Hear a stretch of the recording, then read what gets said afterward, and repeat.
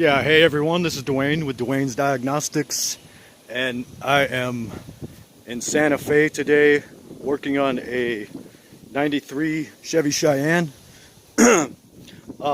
Actually just replacing the fuel pump. The old one is totally dead. I checked power and ground to the connector and tried to power it up with a power probe, and it's totally dead. It won't do anything.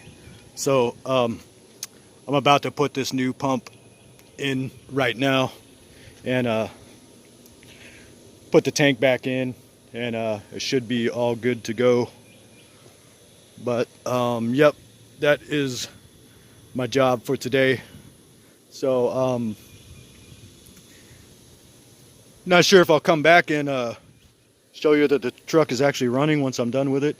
I might just end the video here, but figured I'd just do a video on this one. I haven't been doing very many videos lately, so wanted to get one in today on this truck.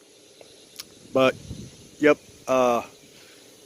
if I don't come back, then I will probably talk to you on the next one.